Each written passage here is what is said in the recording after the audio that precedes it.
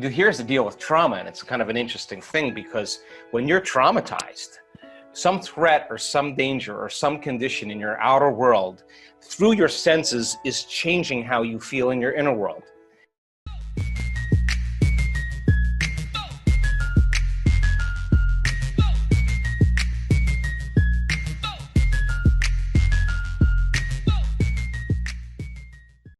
And the quotient of change between the way you normally feel in some alarm state, when you change your internal state and move into that emergency mode, you narrow your focus on the cause, and the brain freezes an image and takes a snapshot, and that's called a long-term memory. And now that image is branded holographically into the brain. So then we remember experiences better because we can remember how they feel, and that memory then changes the person's biology. So they think neurologically within the circuits of that experience, and they feel chemically within the boundaries of those emotions, and how we think and feel becomes our state of being. Mm-hmm. So now the person biologically is changed, and many times it's the strong emotion that begins to select and instruct the gene that creates disease. Why? Yeah. Because if the environment signals the gene, and that's the truth, that's epigenetics, and the end product of an experience in the environment is an emotion, the emotion that you feel from that event is literally selecting the gene for you to begin to change, and the genes make proteins. And so the person, if it's strong enough, begins to wear their trauma, not just in their brain. Now it's in their body, because every time they think about that trauma, every time they review it, every time they keep creating the imagery, they keep firing and wiring the circuits in their brain, and they keep feeling the feeling emotionally in their body. And their body is so objective that it's believing it's living in the same past experience 50 to 100 times a day. And all you need is a stimulus and a response, an image and an emotion, a thought and a feeling, and you're conditioning the body into the past. Well, you're conditioning the brain and body into the past. So then you asked, is it possible then that people can heal that quickly in 1 week? Yeah, because what if they create an inner event that carries an amplitude of gratitude or joy or freedom? Break through from the chains of the past.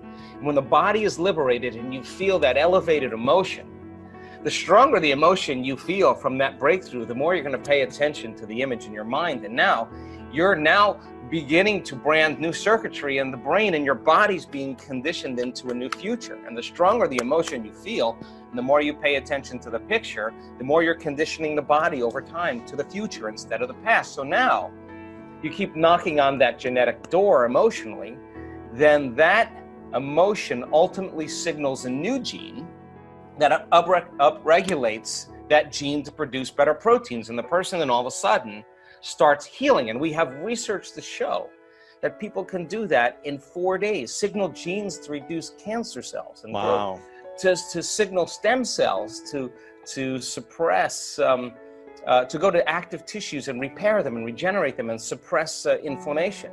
That we have research to show that you could change the number of brain cells you have just by doing this properly. And well, you come with a lot of genes, and they're just a library of potentials. They're just a storehouse of information, of possibilities. So then you got to get the right signal, the right lock into the key that begins to select and instruct genes that cause genes to make different proteins. And you can regulate so many different genes, the same genes, you can regulate them differently. So when they upregulate, they start producing really healthy and robust proteins. And that's enzymes, that's tissue, that's structure, that's function, that's hormones.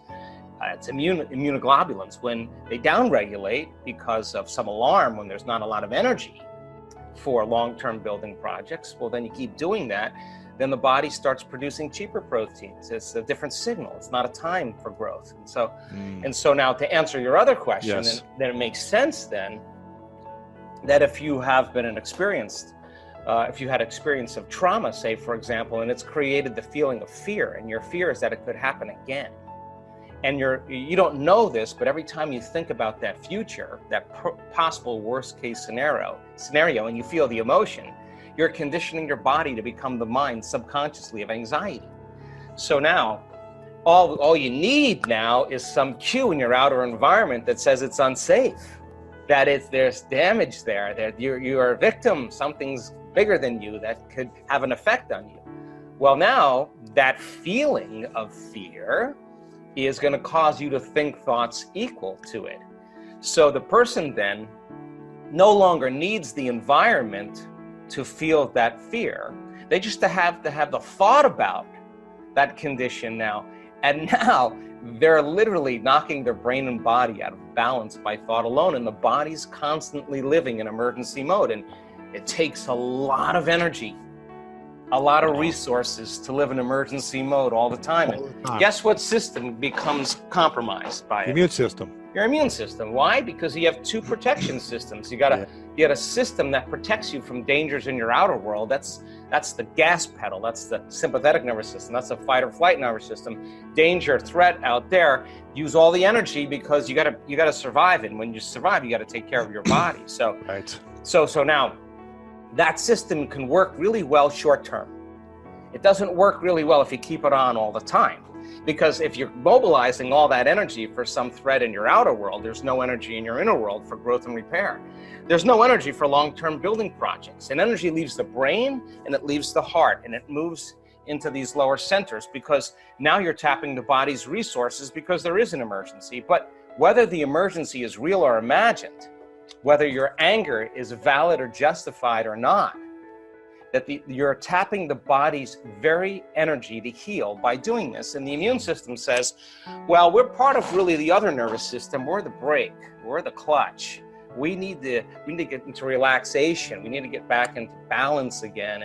And when we do, then we'll metabolize. Then we'll assimilate. We'll reproduce. We'll excrete properly. Mm-hmm. So now you got this kind of battle between the gas pedal and the brake, and the immune system says, hey, listen, if there's foreign agents, if there's viruses, bacteria, molds, funguses, listen, we don't have a whole lot of energy here to deal with them because we're fighting this war out there. There's no homeland security. So they shut down certain receptors in the immune system. They shut down function of those lymphocytes, those white blood cells that are your inner army of protection.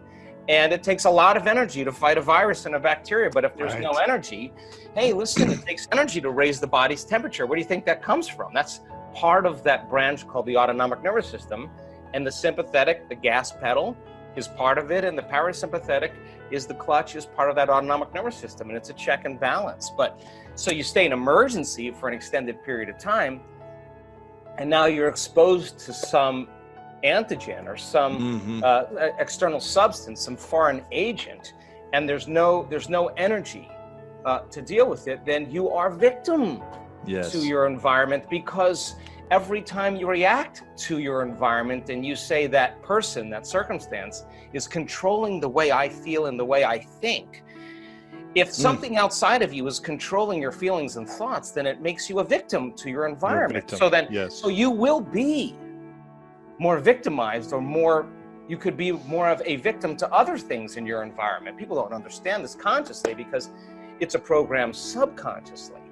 So now, if you begin to strengthen your inner environment now, this is where our work comes in, because we have research to show that when you place your attention right here in your heart, this center right here, this is the beginning of our divinity. This is our center of oneness, our wholeness. This is where we begin to feel love, gratitude, compassion, kindness, care, freedom, joy. It's all these elevated emotions that are heartfelt emotions. That our research shows that when you begin to teach people how to open this center, and you teach them a formula on how to practice it, that if they did that for 4 days, that they would begin to strengthen their immune system by 50%. And now let me tell you why. Because in the center is your heart, but what most people don't know, there's another gland in there called the thymus gland. Thyme leaf, it's named after the thyme leaf. And the thymus gland has two functions. It has an endocrinological function. It makes growth hormone. That's our youth center. And it makes strong immune chemicals, and it has an immunological function. So when you're living by stress and your heart is racing and you're stepping on the gas and the brake at the same time because you can't run, you can't fight, you can't hide, and you got the gas and the clutch going, energy is going to leave the heart and it's going to the adrenal center, and you're going to cause contraction in the arteries in your heart, and this center will shut down from blood flow. And so there's no energy in the heart. So you teach a person then how to begin to open the center and to start feeling elevated emotions through their heart. And you teach them how to switch or convert from the sympathetic nervous system to the parasympathetic nervous system. Well, all of a sudden now, this thymus gland, which normally shrinks with age, starting at puberty, the fountain of youth now, all of a sudden begins to get new blood flow. And there's new hormones that are signaled, like oxytocin and vasopressin, and all these different chemicals called nitric oxide and endothelial-derived relaxing factor, and the arteries in the heart begin to swell with energy and blood flow, and this center switches on, and now it says, man, this feels good, and this is a time for us to really get back into balance, and really let's strengthen our inner world now. And now all of a sudden, this thymus gland begins to make thymosin, which is an important agent that begins to make T cells. And T cells have little receptors on them called T cell receptors. And when those T cell receptors are robust and strong, those cells make proteins, and they make what's called antibodies or immunoglobulins.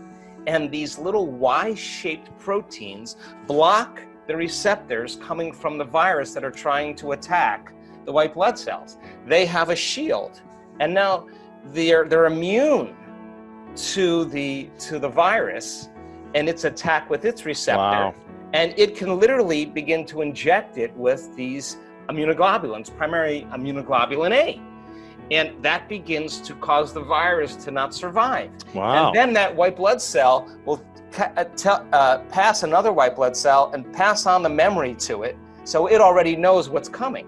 So now all of a sudden you're making these immunoglobulins, and now your inner world now can combat anything that's a foreign agent.